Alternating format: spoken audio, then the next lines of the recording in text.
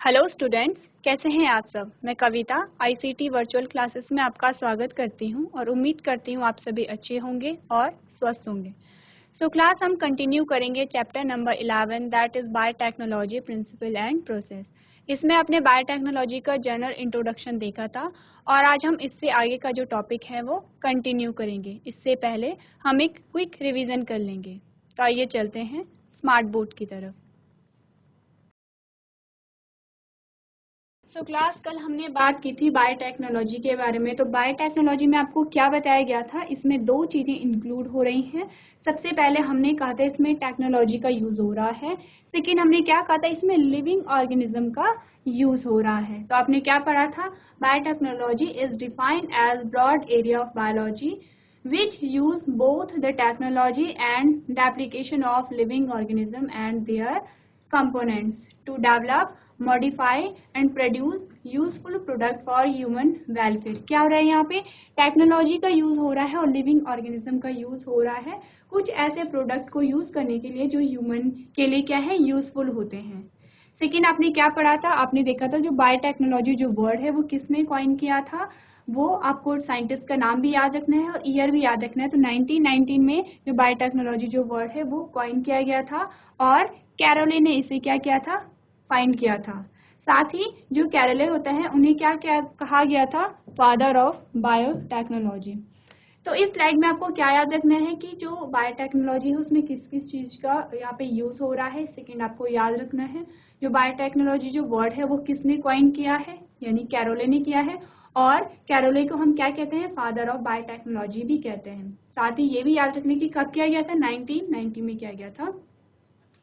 इसके बाद जो सेकंड हमने देखा था, हमारे पास क्या आई थी, डेफिनेशन आई थी बायोटेक्नोलॉजी की, किसके अकॉर्डिंग, ईएफबी के अकॉर्डिंग। क्या पढ़ा था हमने देखा था according to the European Federation of biotechnology यानी EFB, biotechnology is the integration of natural science and organism cells part thereof and molecular and analogous for product and services.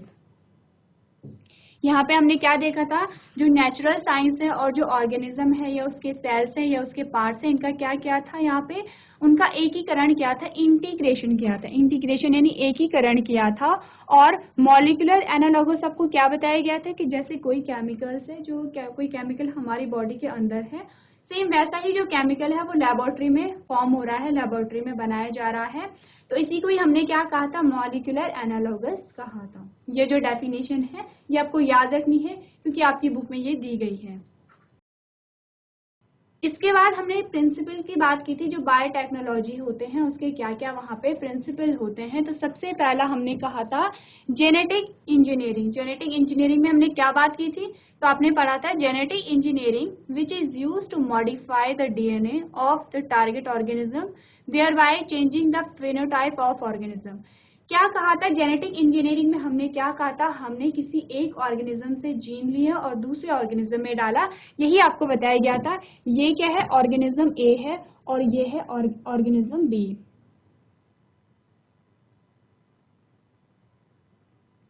ये क्या है, ऑर्गेनिज्म बी है। अब यहाँ पे हम किसका एग्जाम्पल ले लेते हैं, हम ह्यूमन का यानी मनुष्य का एग्जाम्पल ले लेते हैं। एक मनुष्य है जिसका नाम ए है और दूसरा मनुष्य है जिसका नाम बी है। अब यहाँ पे क्या है, जेनेटिक मटेरियल था, ये जेनेटिक मटेरियल था, इसे हमने कहाँ डालना है, ऑर्गेनिज्म बी में डालना है। तो जेनेटिक इंजीनियरिंग में हम क्या देखते हैं कि किस प्रकार से जो पीस ऑफ डीएनए है यानी डीएनए का जो पीस है उसे हमने ऑर्गेनिज्म ए से ऑर्गेनिज्म बी में किस प्रकार से डाला, इसी को हम पढ़ते हैं जेनेटिक इंजीनियरिंग में। तो यही आपने देखना है। इसमें हमारे पास कुछ क्या आए थे, कुछ स्टेप्स भी आए थे, जिसमें सबसे पहले हमने क्या करना है, डीएनए का जो फ्रेगमेंट है उसे आइसोलेट करना है। सेकेंड हमने क्या करना है, उसे वेक्टर में डालना है। थर्ड हमने उसे होस्ट में डालना है और लास्ट में हमने उसकी क्लोनिंग करनी है। तो ये जो सारे स्टेप है इसे हम डीप में जानेंगे, हम देखेंगे विस्तृत रूप में कि किस प्रकार से ये जो प्रोसेस है वो हो रही है। सेकेंड हमने कल क्या बात की थी, हमने क्या था, बायो प्रोसेस इंजीनियरिंग। हम क्या पढ़ रहे हैं, प्रिंसिपल ऑफ बायोटेक्नोलॉजी पढ़ रहे हैं। आपने जेनेटिक इंजीनियरिंग को कल डीप में जाना था कि जो जेनेटिक इंजीनियरिंग होती है उसकी क्या डेफिनेशन होती है। आपने सेकेंड बायो प्रोसेस इंजीनियरिंग के बारे में भी जाना, तो आपने क्या पढ़ा था, आपने पढ़ा bio process engineering which is the maintenance of sterile condition to support the growth of large quantities of desired microbes. क्या हो रहा है यहाँ पे, जो बायो प्रोसेस इंजीनियरिंग हो रही है वो क्या है, यहाँ पे स्टेराइल कंडीशन का मेंटेनेंस है, यानी ऐसी कंडीशन वहाँ पे क्रिएट की जा रही है जिससे कि कोई और माइक्रोब वहाँ पे ग्रो ना हो सके, सिर्फ वही माइक्रोब, सिर्फ वही जो सूक्ष्म जीव वहाँ पे वृद्धि कर सके जिसे हम वहाँ पे ग्रो कराना चाह रहे हैं। किस प्रकार का माइक्रोब होगा वो, डिजायर्ड माइक्रोब। डिजायर्ड माइक्रोब क्या होगा कि जिससे हम वहाँ पे उगाना चाहते हैं। सेकेंड आपने क्या देखा, desired microbe and other eukaryotic cells which are used for production of new modified biotechnological products such as antibiotics, enzymes and vaccine। यहाँ पे जो बायो प्रोसेस इंजीनियरिंग में यहाँ पे हम क्या कर रहे हैं, कुछ कल्टीवेशन कर रहे हैं, कुछ उगा रहे हैं। क्या क्या उगा रहे हैं, हमने एंटीबायोटिक्स का यहाँ पे फॉर्मेशन करना है, एंटीबायोटिक्स का निर्माण करना है, एंजाइम का निर्माण करना है और वैक्सीन का निर्माण करना है। कल मैंने आपको एग्जाम्पल दिया था कि माना कि हमें क्या करना है, हमें इंसुलिन का जीन यहाँ पे क्या करना है, कल्चर कराना है, ग्रो कराना है। तो हमने क्या किया कि ई कोलाई जो बैक्टीरिया था उसमें इंसुलिन का जीन डाल दिया और उसे फिर ऐसी कंडीशन में उगा दिया कि जहाँ जो अदर जो माइक्रो ऑर्गेनिज्म थे, जो अन्य सूक्ष्म जीव थे, उसके लिए स्टेराइल कंडीशन वहाँ पे उत्पन्न कर दी। अब स्टेराइल कंडीशन क्या होती है कि वो ऐसी कंडीशन उत्पन्न करना जो अन्य जो सूक्ष्म जीव हैं उनके लिए अनुकूल ना हो। वो सिर्फ वहाँ पे क्या होगा, वहाँ पे सिर्फ ई कोलाई का ही प्रोडक्शन होगा जिससे कि हम क्या करा सकते हैं, इंसुलिन का प्रोडक्शन करा सकते हैं। तो ये जो बात थी ये हमने कल कर ली थी, इतने तक का जो पोर्शन था हमने कल पढ़ लिया था। अब हम इससे आगे का पोर्शन पढ़ेंगे। तो हमारे पास जो आज की नई हेडिंग आती है, सबसे पहला आता है what is recombinant DNA technology. अब आपके पास एक नया वर्ड आ रहा है, क्या वर्ड आ रहा है, रिकॉम्बिनेंट डीएनए टेक्नोलॉजी। क्या होती है, इसके बारे में हम इसकी डेफिनेशन जानेंगे। तो आपने यहाँ पे पढ़ना है रिकॉम्बिनेंट डीएनए टेक्नोलॉजी। आपने पढ़ा recombinant DNA technology is also known as genetic engineering. जो रिकॉम्बिनेंट डीएनए टेक्नोलॉजी है उसे हम क्या कहते हैं, जेनेटिक इंजीनियरिंग को ही हम रिकॉम्बिनेंट डीएनए टेक्नोलॉजी कह रहे हैं। अब हम क्या करेंगे, जो जेनेटिक इंजीनियरिंग है या फिर रिकॉम्बिनेंट डीएनए टेक्नोलॉजी है उसे हम डीप में जानेंगे। तो आप पूरा पढ़ेंगे, recombinant DNA technology is also known as genetic engineering. It is the process of joining together two DNA molecule from two different organism। क्या हो रहा है, it is the process, यानी कि ये वो विधि है जिसमें joining together two DNA molecules, यहाँ पे दो DNA molecules को जोड़ा जा रहा है from two डिफरेंट ऑर्गेनिज्म, यानी कि अलग अलग दो ऑर्गेनिज्म से हम क्या कर रहे हैं, वहाँ पे अलग अलग जो ऑर्गेनिज्म है उनके डीएनए को यहाँ पे जोड़ रहे हैं। इसी प्रोसेस को हमने क्या कहा, रिकॉम्बिनेंट डीएनए टेक्नोलॉजी, यानी this is known as recombinant DNA technology. तो यहाँ पे जैसे नाम ही इंडिकेट कर रहा है रिकॉम्बिनेंट। रिकॉम्बिनेंट का मतलब क्या होता है, आप दो भागों में इसे अगर तोड़ दें, आपने देखा यहाँ पे री और कॉम्बिनेंट। तो री यानी कि आप पुनः योजन कर रहे हैं वहां पे किसका, डीएनए का। दो ऑर्गेनिज्म है, हमने कहा था एक जो ऑर्गेनिज्म है, ऑर्गेनिज्म क्या होता है, कोई भी लिविंग ऑर्गेनिज्म या फिर कोई भी जीवित प्राणी। जब भी मैं ऑर्गेनिज्म की बात करूं तो आप क्या जानेंगे, कोई भी जीवित प्राणी है, कोई भी लिविंग ऑर्गेनिज्म है। यहाँ पे हमारे पास दो जीवित प्राणी है, दो लिविंग ऑर्गेनिज्म है, जिसका हमने नाम क्या रखा, एक का नाम हमने ए रखा, दूसरे का नाम हमने बी रखा। अब हम क्या कर रहे हैं, दोनों के जीन को क्या कर रहे हैं, मिक्स कर रहे हैं, यानी कि हमने ए से क्या किया, उसके जीन को लिया, पीस ऑफ डीएनए लिया और बी में डाल दिया। अब जब बी में डाल दिया तो जो बी के पास भी अपना डीएनए था, तो बी का डीएनए फिर क्या हो गया, उसमें उसके जो कॉम्बिनेशन में क्या हो गया, चेंजेस आए, यानी रिकॉम्बिनेशन हो गया, वहां पे पुनर्योजन हो गया है, क्योंकि दो जब डीएनए मिक्स हो रहे हैं तो इसी प्रोसेस को हमने क्या कहा, रिकॉम्बिनेंट डीएनए कहा। तो अब हम देखेंगे जो रिकॉम्बिनेंट डीएनए होती है उसमें कौन कौन से स्टेप होते हैं। तो आप देखेंगे the steps involve in process of recombinant DNA technology are. अब हम देखेंगे कि कौन कौन सी जो प्रोसेस होती है वो रिकॉम्बिनेंट डीएनए टेक्नोलॉजी में इन्वॉल्व होती हैं। सबसे पहले हमारे पास आएगा आइसोलेशन ऑफ डीएनए। ऐसा ही कुछ आपने जेनेटिक इंजीनियरिंग के पॉइंट्स भी देखे थे। तो अब हम क्या करेंगे कि यहाँ पे डीप में देखेंगे आइसोलेशन ऑफ डीएनए में आपको क्या बताया गया था, जो यहाँ पे आइसोलेशन होगा डीएनए का। आइसोलेशन का मतलब कोई भी जो ऑर्गेनिज्म है, हमने कहा कि हमें क्या करना है, ऑर्गेनिज्म ए से इंसुलिन का जीन निकालना है और ऑर्गेनिज्म बी में डालना है। क्या कहा हमने,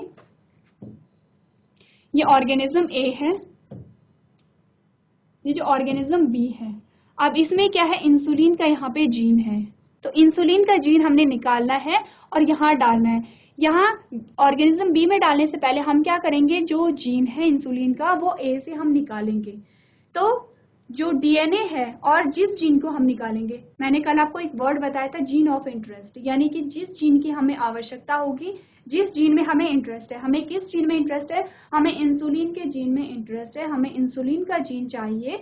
तो हमारा जो जीन ऑफ इंटरेस्ट हो क्या होगा वहाँ पे, वो होगा इंसुलिन का जीन। तो हमें अपना जीन ऑफ इंटरेस्ट जब निकालना है किसी भी ऑर्गेनिज्म से, तो उसे हम कहते हैं आइसोलेशन ऑफ डीएनए, यानी डीएनए को हम निकाल रहे हैं किसी भी ऑर्गेनिज्म से। सेकेंड जो हमारे पास प्रोसेस आएगी उसमें आप देखेंगे DNA fragmentation using restriction endonuclease. अब क्या होगा, अब हमने ये तो कर लिया, हमने क्या कर दिया, डीएनए निकाल लिया। तो आप देखेंगे जब डीएनए हमने निकाला तो हमने पूरा ही डीएनए यहाँ पे निकाला। सिर्फ किसी भी ऑर्गेनिज्म से अगर हमें पीस ऑफ डीएनए निकालना है तो हम पूरा डीएनए निकालते हैं। पूरे डीएनए में से हमें देखना है कि हमें कौन सा जो जीन है वो वहाँ पे चाहिए। तो हम डीएनए फ्रेगमेंटेशन करेंगे, डीएनए को वहाँ पे काटेंगे, यानी कि जिस पोर्शन की हमें आवश्यकता है ये है पूरा आपका डीएनए, ये पूरा आपका डीएनए है।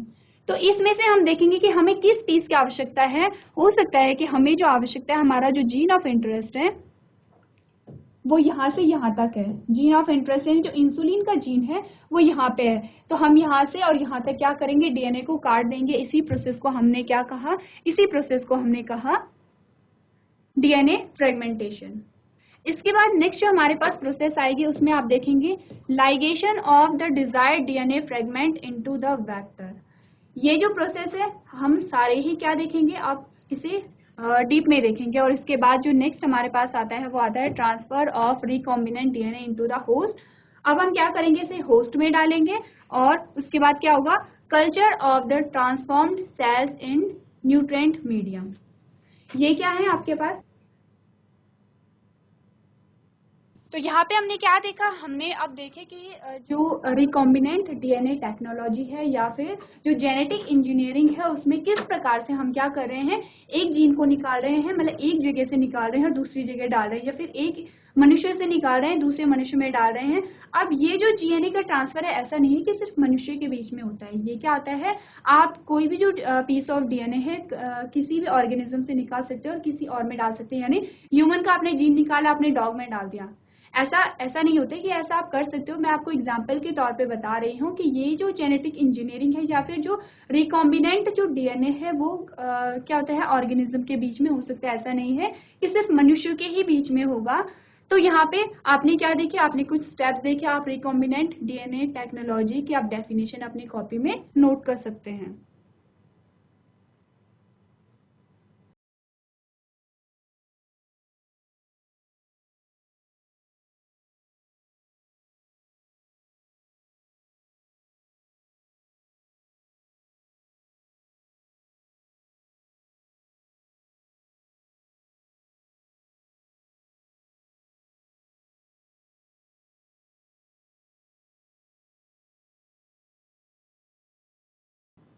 चलिए, इसके बाद जो नेक्स्ट हमारे पास हेडिंग आती है, ओके, आपके पास लास्ट में है extraction of the desired product. उसके बाद हमारे पास हम स्टार्ट करेंगे आइसोलेशन ऑफ डीएनए। आइसोलेशन को क्या आपको बताया गया है। अब हमने क्या किया, हमने ऑर्गेनिज्म ए से क्या करना है, डीएनए को निकालना है।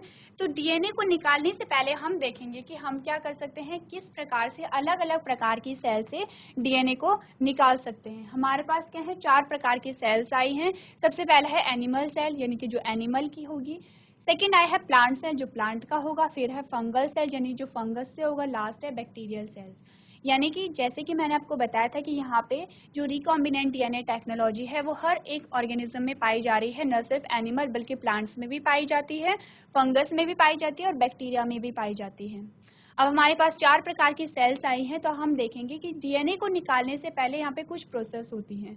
क्योंकि आपने देखा होगा कि डीएनए क्या होता है, डीएनए अंदर न्यूक्लियस में प्रेजेंट होता है। न्यूक्लियस और डीएनए के बाहर क्या होती है, पहले की न्यूक्लियर मेम्ब्रेन होगी, उसमें फिर क्या होगी, सेल वॉल होती है, सेल मेम्ब्रेन होती है। यानी डीएनए क्या है, डीएनए फुल तरीके से पैक होता है। उसके बाहर बहुत सारी लेयर होती है, बहुत सारे आवरण होते हैं। तो डीएनए को निकालने से पहले हमें क्या करना है, उन आवरण को निकालना होगा। जैसे कि ये सेम वैसा ही है कि आपने क्या किया कि आपने अपने कबर्ड में कुछ अपना सामान रखा है, आपने अपनी बुक रखी है कबर्ड के अंदर, तो आप क्या करेंगे, सबसे पहले अपने जो बाहर का जो गेट है घर का वो ओपन करेंगे। उसके बाद फिर जो मेन गेट के बाद जो आपका जो एंट्री होती है जहाँ पे घर की, वो वाला डोर ओपन करेंगे।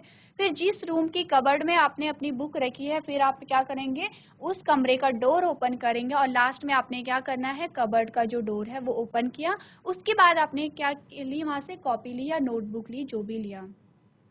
सेम इसी प्रकार से हमने डीएनए को भी निकालना है। डीएनए के बाहर बहुत सारी लेयर होती हैं, बहुत सारी क्या होती हैं, कवरिंग होती हैं। उन कवरिंग को हमने क्या करना है, एक एक करके हटाना है और लास्ट में फिर वहाँ पे हम क्या करते हैं, डीएनए तक पहुँचते हैं। क्योंकि आपने बहुत अच्छी तरीके से जाना है कि डीएनए कहाँ पे प्रेजेंट होता है। जब आपने सेल वाला जो चैप्टर पढ़ा है, जो सेल का जो चैप्टर है आपने 8th में पढ़ा होगा, 10th में पढ़ा होगा, 11th और 12th में भी पढ़ा होगा, तो आप जानते हैं कि सेल का स्ट्रक्चर किस प्रकार का होता है, यानी कोशिका का जो स्ट्रक्चर होता है वो किस प्रकार का होता है, और जो हमारा जेनेटिक मटेरियल होता है वो कहाँ पे प्रेजेंट होता है। साथ ही आप ये भी जानते हैं कि जो हमारा जेनेटिक मटेरियल होता है उसके बाहर बहुत सारी कवरिंग होती है। तो अब हम जानेंगे कि ये जो कवरिंग है किस प्रकार से हम इन्हें हटा सकते हैं। तो हम अब क्या करेंगे, सेल बना देंगे। माना ये क्या है, ये एनिमल सेल है, ये प्लांट सेल है,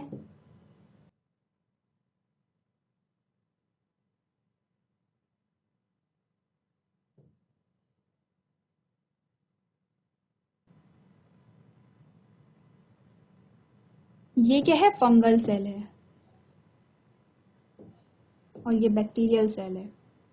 अब क्या होता है, अगर हम एनिमल सेल की बात करें तो एनिमल सेल में क्या होती है, सेल वॉल प्रेजेंट नहीं होती है। प्लांट सेल, फंगल सेल और बैक्टीरियल सेल में यहाँ पे क्या होती है, सेल वॉल पाई जाएगी। तो यहाँ पे हम इनमें सेल वॉल भी बना देंगे। जो बाहर वाला पोर्शन है वो क्या है, सेल वॉल है, और जो अंदर का है वो क्या है, प्लाज्मा मेम्ब्रेन है। ये क्या है, यहाँ पे सेल का डायग्राम है, और जो बाहर वाला पोर्शन है ये सेल है, ये सेल वॉल है, ये क्या है, प्लाज्मा मेम्ब्रेन है। ये क्या है, अंदर का प्लाज्मा मेम्ब्रेन है, और अंदर यहाँ पे क्या होगा, जेनेटिक मटेरियल होगा। ये अंदर क्या है, जेनेटिक मटेरियल है, नहीं यहाँ पे ये जेनेटिक मटेरियल है। अब हमें सबसे पहले क्या है, एनिमल सेल में तो क्या है, एनिमल सेल में सिर्फ यहाँ पे क्या है, सेल वॉल है, सेल वॉल नहीं है, यहाँ पे क्या है, प्लाज्मा, ये सेल है यानी कि प्लाज्मा मेम्ब्रेन है, यहाँ पे भी इसे भी हम प्लाज्मा मेम्ब्रेन लिखेंगे। ये बाहरी जो आवरण है ये क्या है, प्लाज्मा मेम्ब्रेन है। अब यहाँ पे एनिमल सेल की अगर हम बात करेंगे तो यहाँ पे सिर्फ प्लाज्मा मेम्ब्रेन है, बट अगर हम प्लांट सेल, फंगल सेल और बैक्टीरियल सेल की बात करेंगे तो बाहर क्या है, सेल वॉल प्रेजेंट है। अब हमें सेल वॉल को तोड़ना है, तो किस प्रकार से हम इस सेल वॉल को तोड़ेंगे, यहाँ पे हम किस प्रकार से सेल वॉल तोड़ेंगे, तो यहाँ पे सेल वॉल हमें 3 की तोड़नी है। एनिमल सेल को एज इट इज रखना है। सबसे पहले हम प्लांट सेल को लेंगे यहाँ पे, उसके बाद फंगल सेल को, उसके बाद हम लेंगे बैक्टीरियल सेल को। तो जो प्लांट सेल में जो सेल वॉल बनी होती है किसकी बनी हुई होती है, आपको ये पता होना चाहिए कि सेल्यूलोज की बनी हुई होती है। प्लांट सेल की जो सेल वॉल होती है वो किससे बनी होती है, सेल्यूलोज की बनी होती है। तो सेल्यूलोज को तोड़ने के लिए यहाँ पे हम क्या यूज करेंगे, सेल्यूलेज यहाँ पे यूज करेंगे। यहाँ पे क्या यूज हुआ, सेल्यूलेज।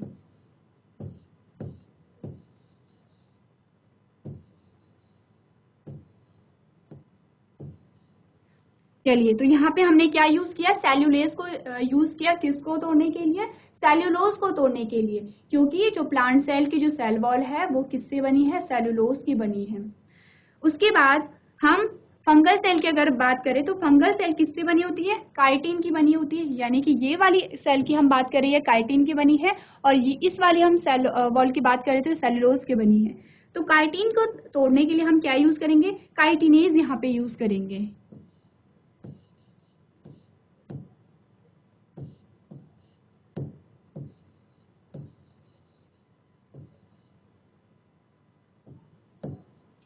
यहाँ पे हमने क्या यूज किया, काइटिनेज को यूज किया। जो बैक्टीरियल जो सेल होती हैं उसकी जो सेल वॉल होती है वो पेप्टिडोग्लाइकॉन से बनी होती है, और इसे तोड़ने के लिए हम क्या यूज करेंगे, लाइसोजाइम यहाँ पे यूज करेंगे। क्या यूज किया हमने, लाइसोजाइम यहाँ पे यूज किया।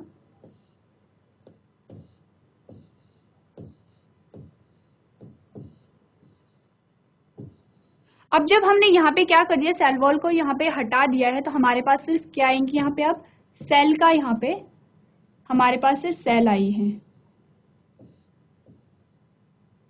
यहाँ पे आपको एक चीज सही करनी है, क्योंकि बैक्टीरिया में जो न्यूक्लियस प्रेजेंट होता है वो क्या होता है, सर्कुलर डीएनए होता है। यहाँ पे क्या होगा, ऐसे ही ये फ्री फॉर्म में पाया जाएगा, सर्कुलर डीएनए यहाँ पे प्रेजेंट होता है, ये आप सही करेंगे। उसके बाद हमने क्या किया कि हमारे पास अब सिर्फ क्या आ गई है, हमारे पास प्लाज्मा मेम्ब्रेन है और ये क्या है, इसका सर्कुलर डीएनए है। और एनिमल सेल हमारे पास क्या है, एज इट इज आ गई है, क्योंकि इसमें ये ऑलरेडी इसमें क्या थी, ऑलरेडी इसमें सेल वॉल प्रेजेंट नहीं थी। ये क्या है, जेनेटिक मटेरियल है। अब हमारे पास जो सेल आ गई हैं वो विदाउट सेल वॉल आ गई हैं। अब इसमें और भी चीजें होती हैं, जैसे इसमें प्रोटीन होगा, इसमें आरएनए है, इसमें लिपिड है, बहुत सारी चीजें होती हैं सेल वॉल में। हमें ये सारी ही चीजें क्या करनी है, हटानी है, रिमूव करनी है, जिससे कि हमारे पास क्या आ जाए, जिससे हमारे पास आ जाए कि सिर्फ डीएनए हमारे पास आ जाए। तो अब हम क्या करेंगे, बहुत सारे यहाँ पे क्या करेंगे, एंजाइम्स को यूज करेंगे। उसमें सबसे पहले क्या आएगा, प्रोटीएज आएगा। तो प्रोटीएज क्या करेगा, प्रोटीएज प्रोटीन को तोड़ेगा।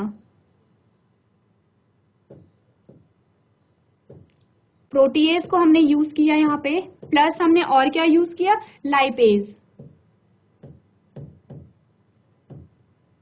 लाइपेज प्लस हमने यहाँ पे क्या यूज किया, आरएनएज। आरएनएज ये सारी ही चीजें हमने यहाँ पे यूज की। उसके बाद हमें यहाँ पे क्या मिला, हमने क्या किया, सबसे पहले हमने सेल को लिया। 4 प्रकार के हमने सेल ली है, animal cell, plant cell, fungal cell, bacterial cell. तो यहाँ पे क्या है, जो एनिमल सेल है वहाँ पे सेल वॉल प्रेजेंट नहीं होती है, बाकी जो सेल है यहाँ पे सेल वॉल प्रेजेंट है। हमने यहाँ पे क्या किया, जो प्लांट सेल है उसकी सेल जो बनी हुई, उसकी जो सेल वॉल बनी हुई होती है सेल्यूलोज की बनी होती है। सेल्यूलोज को तोड़ने के लिए हमने यहाँ पे सेल्यूलेज का यूज किया। सेल्यूलेज का जब यूज किया तो यहाँ पे प्लाज्मा मेम्ब्रेन थी, वो जो सेल वॉल थी वो क्या हो गई, हट गई।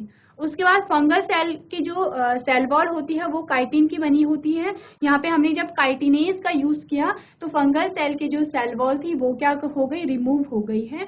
और बैक्टीरियल सेल में हमने लाइसोजाइम का यूज किया, उसके बाद इसकी क्या होगी, सेल वॉल रिमूव हो गई। हमारे पास क्या आ गई, सिर्फ सेल्स आ गई हैं। सेल के अंदर का जो मटीरियल है, जैसे प्रोटीन हो गया, लिपिड हो गया, आरएनए हो गया, यही हमारे पास बचा था।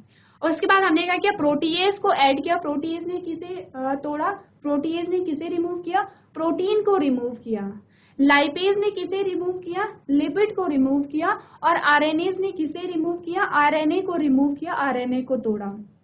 उसके बाद सेम ये जो प्रोसेस हो रही है, यहाँ भी हो रही है, यहाँ भी हो रही है, और यहाँ सारे में ही ये जो प्रोसेस हो रही है यहाँ पे पाई जा रही है। और उसके बाद जो लास्ट में हमारे पास आया वो क्या आया, नेक्ड डीएनए, यानी सिर्फ डीएनए हमारे पास आया। तो यहाँ पे ये जो प्रोसेस है ये सेम है, और लास्ट में हमारे पास क्या आया, नेक्ड डीएनए यहाँ पे आया।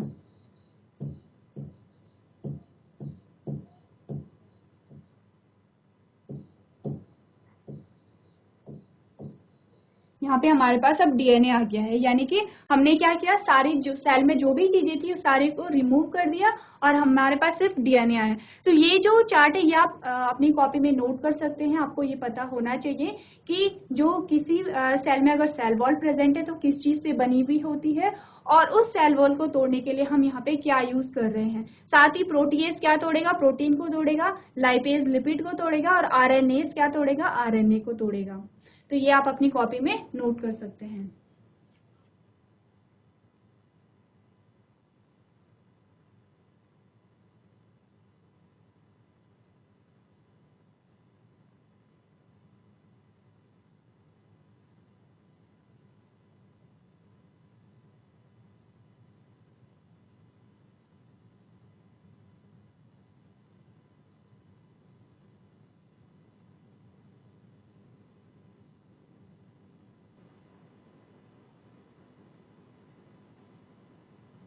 चलिए, ये आपने नोट कर लिया होगा। तो आपको क्या याद रखना है, एक इम्पॉर्टेंट जो चीज आपको याद रखनी है अगर आपके पास क्वेश्चन में आ गया कि हम आइसोलेशन ऑफ डीएनए करें, डीएनए का आइसोलेशन कर रहे हैं किसी सेल में, तो उसमें क्या क्या यहाँ पे ऐड होना चाहिए या फिर क्या क्या यहाँ पे ऐड नहीं होना चाहिए। आपके पास ऑप्शन में आ गया सेल्यूलेज आ गया, काइटिनेज आ गया, लाइसोजाइम आ गया, प्रोटीएज आ गया, लाइपेज आ गया, आरएनएज आ गया, साथ ही आपके पास एक और जो ऑप्शन है वो आ गया डीएनएज। अगर आपके पास आता है कि क्या यहाँ पे डीएनएज ऐड होगा तो आपका जो आंसर होगा वो होगा नहीं, क्योंकि अगर यहाँ पे डीएनएज को हम ऐड करेंगे तो ये क्या करेगा, डीएनए को डिस्ट्रॉय कर देगा, डीएनए को रिमूव कर देगा। तो हमें यहाँ पे क्या चाहिए, हमें यहाँ पे डीएनए चाहिए, तो यहाँ पे डीएनएज नहीं जुड़ेगा।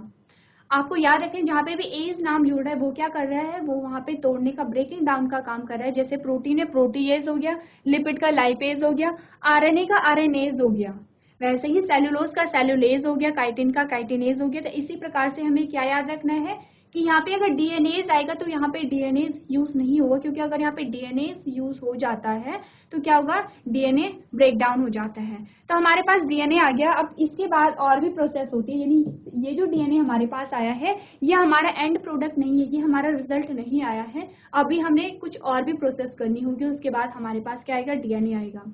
अब हम प्रोसीजर देखेंगे कि पॉइंट टू पॉइंट देखेंगे प्रोसीजर। जो हमने यहाँ पे लिखा है उसे हम अब पॉइंट के माध्यम से समझेंगे। हम यहाँ पे एग्जाम्पल ले रहे हैं प्लांट सेल का। हम क्या करें, प्लांट सेल का एग्जाम्पल ले रहे हैं। प्लांट सेल से हमें जो पीस ऑफ डीएनए है, डीएनए का पीस निकालना है। आपको याद रखना है कि हम कर क्या रहे हैं। जब भी कोई भी आप प्रोसेस पढ़ रहे हो ये याद रखना है कि हम एक्चुअली में कर क्यों रहे हैं और किस लिए कर रहे हैं।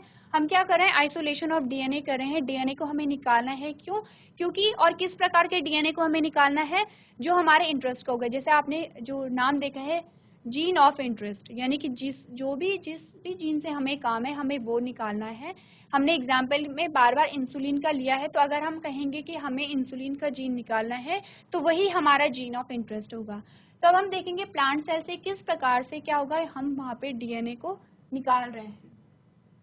तो हमारे पास अब आ जाती है प्रोसीजर आ जाता है। तो सबसे पहले प्रोसीजर में आप देखेंगे take available plant material and grind it in the mortar.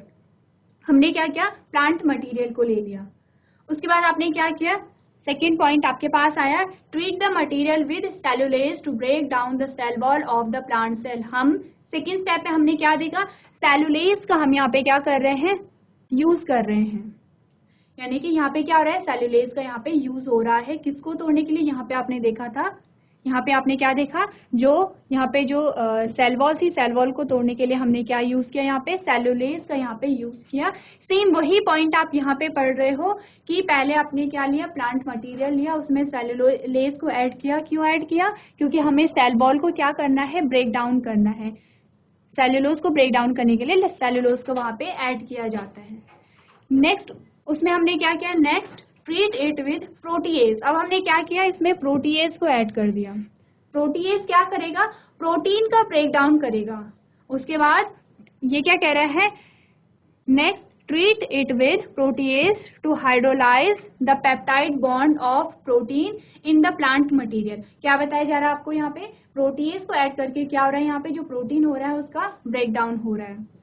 लेकिन आपने क्या देखा, in other words the enzymes remove the histone protein which are intertwined with DNA।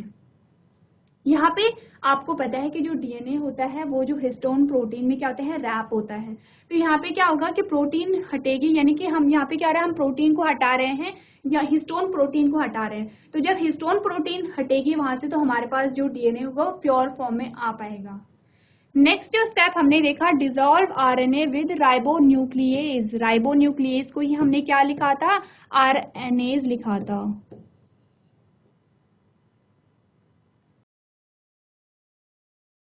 RNase लिखा था हमने उसे। तो यानी कि राइबोन्यूक्लिएज जो आरएनए की फुल फॉर्म है वो क्या है, राइबोन्यूक्लिक एसिड। और आरएनएज को हमने यहाँ पे यूज किया, तो क्या हुआ, आरएनए क्या हो गया, आरएनए का ब्रेक डाउन हो गया।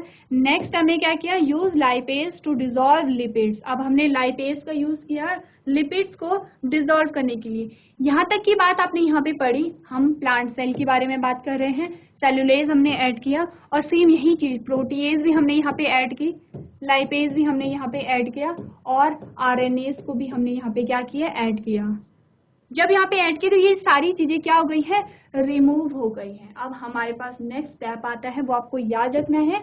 उसके बाद हमने क्या किया, add chilled ethanol to enable the precipitation of the DNA. अब हमने क्या किया, चिल्ड एथेनॉल को वहां पे क्या कर दिया, वहां पे ऐड कर दिया और उसके बाद हमारे पास डीएनए का प्रेसिपिटेट आ गया है। It essentially increase the DNA concentration.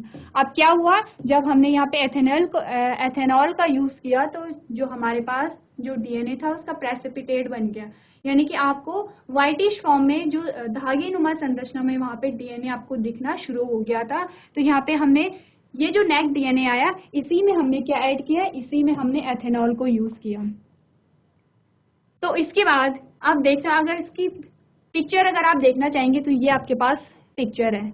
ये क्या था, यहाँ पे डीएनए प्रेजेंट था, ये यहाँ पे एथेनॉल का यूज नहीं हुआ था। जब हमने क्या हुआ, डीएनए में एथेनॉल को डाला तो हमारे पास ये जो व्हाइटिश सब्सटेंस आपको दिख रहा है, यही क्या है, पीस ऑफ डीएनए है। यही आपको क्या दिखा, ये डीएनए का प्रेसिपिटेट हमें मिल गया। उसके बाद जो नेक्स्ट स्टेप हमारे पास आता है, अब आपने क्या किया, use spooling to extract the precipitation DNA. Spooling involve the winding fine threads of DNA on to a reel. अब क्या हुआ, यहाँ पे जब हमें प्रेसिपिटेट मिल गया यहाँ पे, तो प्रेसिपिटेट जैसे कि आपने इमेज में आप देख सकते हो, ये जो हमें दिख रहा है, अब इसे हम क्या कर सकते हैं, इसे हम किसी भी चीज से निकाल सकते हैं। जैसे कि स्पून लाइक स्ट्रक्चर से हम यहाँ पे क्या कर सकते हैं, इन डीएनए थ्रेड्स को निकाल सकते हैं। और डीएनए को निकालने की, यानी प्रेसिपिटेट डीएनए को निकालने के प्रोसेस को हमने क्या कहा, स्पूलिंग कहा। तो यहाँ पे क्या हो रहा है, जो आइसोलेशन है डीएनए का, ये कंप्लीट हो चुका है। तो यहाँ पे इन पॉइंट्स के आधार पर आपने जाना कि किस प्रकार से हम डीएनए को क्या कर रहे हैं, आइसोलेट कर रहे हैं। ये जो जितने भी पॉइंट्स हैं, इसे आप अपनी कॉपी में नोट डाउन करेंगे और जब भी आपकी अगर एग्जाम में ये क्वेश्चन आता है तो इसी प्रकार से आप क्या करेंगे, आंसर करेंगे। आपने क्या करना है, पॉइंट टू पॉइंट आंसर लिखना है, प्लस सीक्वेंस भी आप याद रखेंगे कि कब क्या हो रहा है। पहले आपने सेल वॉल को रिमूव करना है, प्रोटीन, उसके बाद आपने प्रोटीन को रिमूव किया, उसके बाद आपने लिपिड को किया, आरएनए को किया, और लास्ट में आपने क्या किया, जब सारे ही चीजें वहां से रिमूव कर दी थी हमने, तो लास्ट में हमने क्या किया, चिल्ड एथेनॉल वहां पे डाली। उसके बाद हमें क्या मिला, डीएनए का प्रेसिपिटेट हमें मिला। और उसके बाद हमने क्या किया, उस प्रेसिपिटेट को, जो डीएनए आपको व्हाइट सफेद जो स्ट्रक्चर आपको दिखा था, जब आपने उसे निकाला तो आपने फिर क्या किया, उसे स्पूलिंग कहा। स्पूलिंग यानी किसी भी स्पून से या फिर किसी भी मुड़ी हुई रॉड से आप क्या कर सकते हो, डीएनए को निकाल सकते हो। इसे हमने क्या कहा, स्पूलिंग कहा। तो ये जो सारे जितने भी पॉइंट्स हैं, इसे आप अपनी कॉपी में नोट डाउन कर सकते हो।